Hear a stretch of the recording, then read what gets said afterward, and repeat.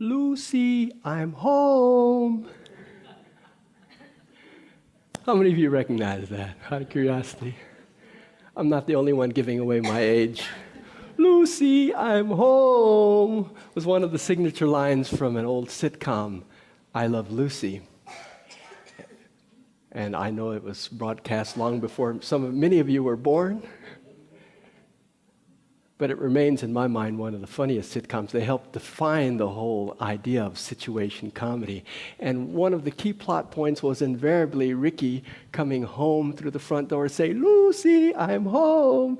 And his wife Lucy, who was a fiery redhead, always up to some kind of mischief, or the other would be in the kitchen or plotting with some friend, something. And you could tell just the fact that Ricky said, Lucy, I'm home, that something was fixing to turn in the plot, something was fixing to happen.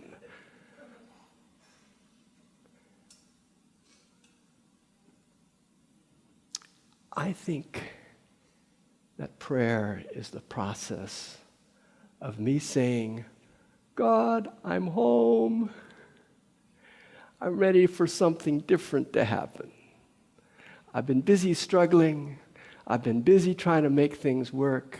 I've been forgetting myself in the separation from you and trying. I'm all tired.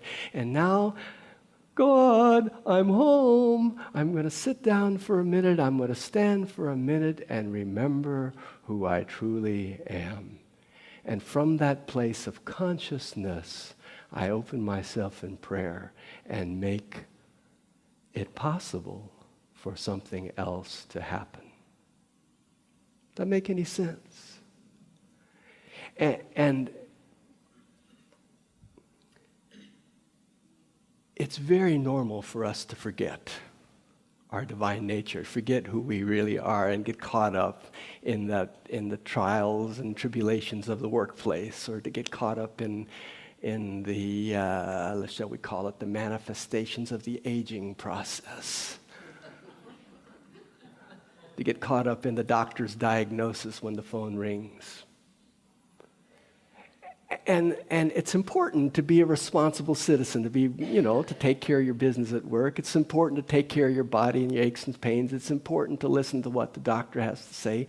I'm not talking either or. I'm saying in the world of both and, I am invited again and again to return to prayer consciousness, to a place of opening to the eternity of all creation, remembering that on the divine scale all is well, and that my judgments about the situation at hand are just my judgments.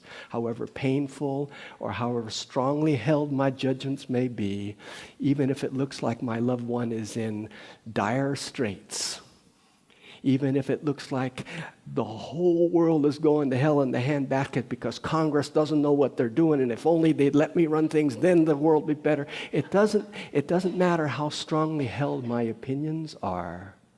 At some point, I'm invited to let go of my opinions, my judgments, and simply return again to that place of, I'll call it home for lack of a better word. And this morning I'd like to talk a little bit about the process of affirmative prayer, because I believe it lies at the heart of what we do here in the Celebration Circle. We don't call it that very much, but we just sort of went through that process together for the last 5 minutes before I started talking in this way.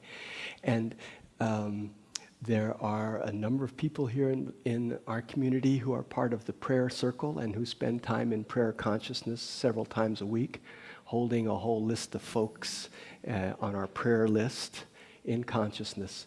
And I'd like to talk a little bit about that process this morning. I notice even thinking about it, I've gotten very serious. And my tone of voice has gotten down to talking about serious stuff. Serious. And it is serious. And that's no reason to take it seriously. It's no reason for me to think this is the only way or the best way or the perfect way or that I know how to do this. No, I'm simply inviting myself as I invite you to consider the possibility of spending some time coming home in this process of affirmative prayer, which is not about talking to God, but talking from a place of God consciousness, being a place of God consciousness, owning the truth that each one of us is a manifestation of the divine. Each one of us is a microcosm of the macrocosm, and that anything anyone has ever done, we are capable of doing. What Jesus the Christ did, what St. Thomas Aquinas did, what Hildegard of Bingen did, any one of us can do. And it's not like it's important or necessary to compare ourselves to anyone else. What is necessary is to start from a place of awareness, just being aware of where I am and how I am. And if where I am is tied up in knots and worried and all in somebody else's business because I think I know better, and if that's the place I am, it's important to acknowledge it and say, yo, Rudi, you're all there again, trying to be general manager of the universe. Slow down.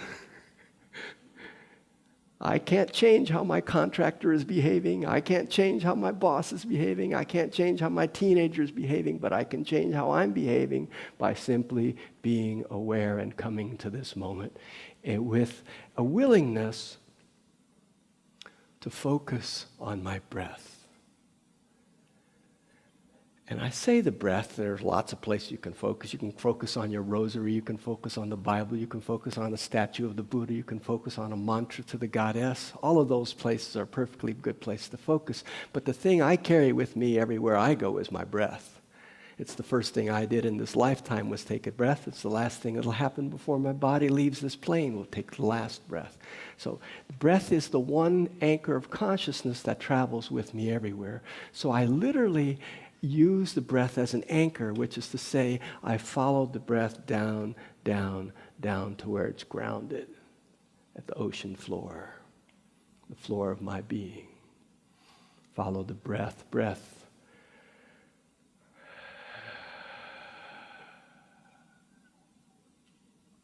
And that's easier said than done when it's cedar flu season and you're all muked up and you can barely catch your breath.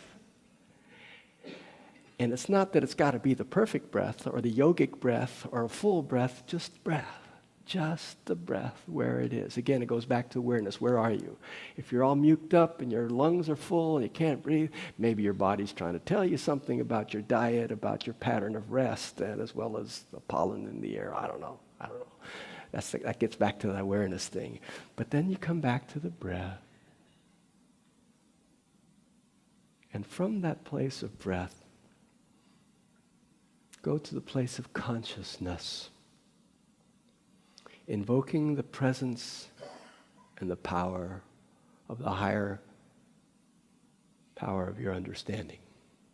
I'm not here to tell you what that is.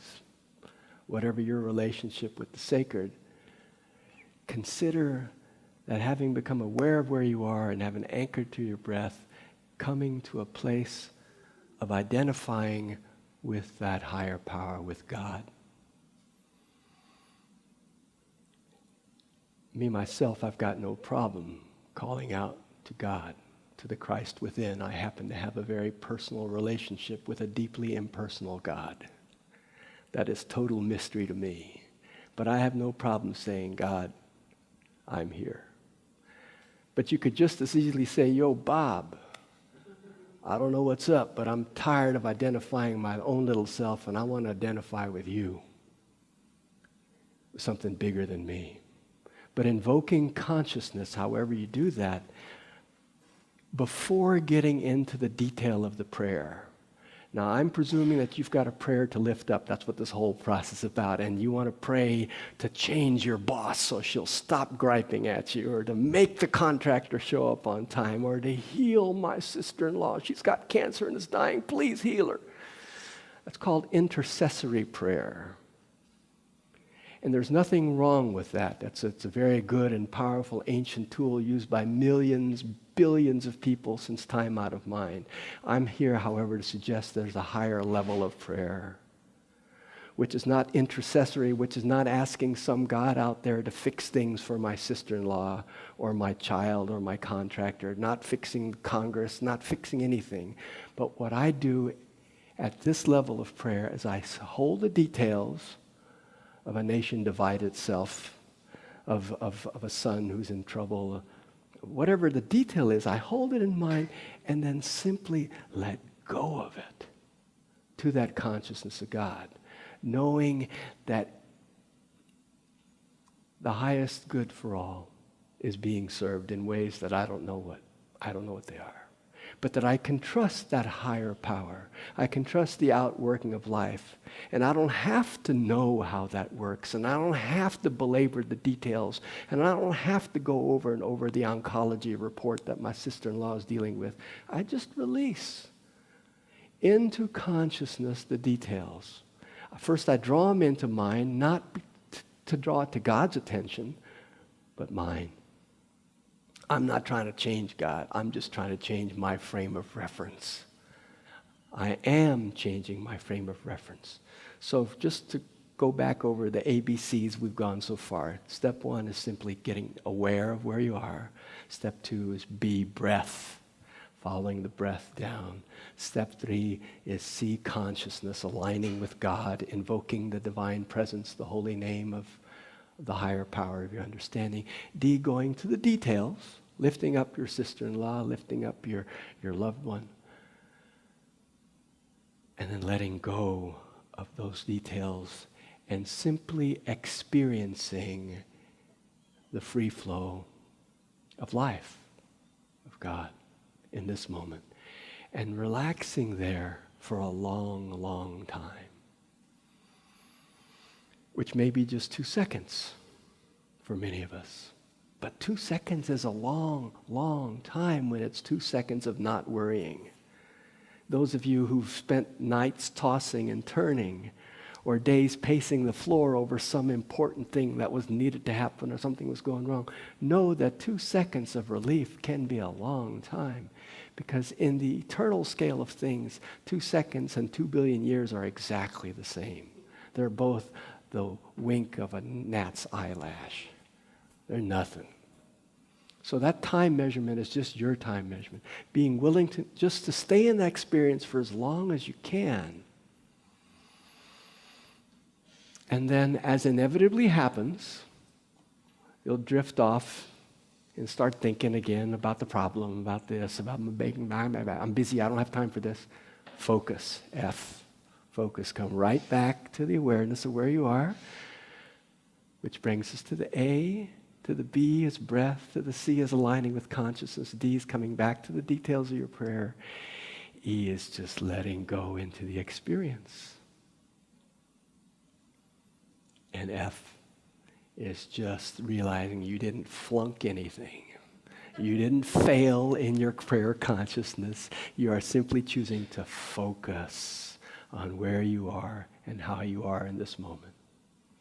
You say, well, that sounds all nice, Rudi, A, B, C, D, E, F, nice steps of the prayer process, but what difference does it make? I say it makes all the difference. I've seen miracles in my life, in the lives of too many. The literature is too full of countless tales, and it's very easy to say pooh. And it's very easy to get all modern and hip and say prayer is old-fashioned.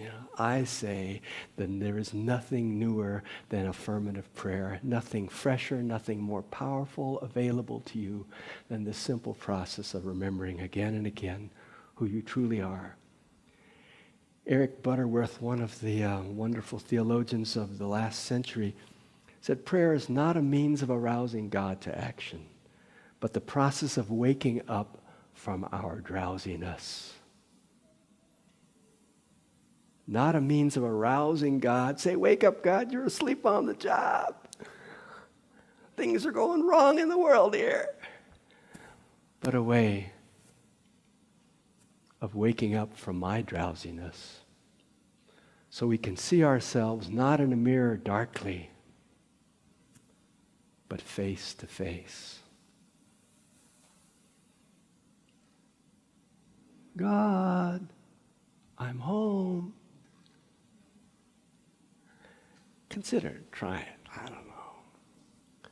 Just say it with me. Out loud, maybe just like you or Ricky coming in through the door. Here we go. 1, 2, 3. God, I'm home. Now, if you would turn my microphone down for just a moment, because let's give it the full Ricky Ricardo treatment, those of us who know, okay? Like, God, I'm home! That's my invitation, and I'm sticking to it.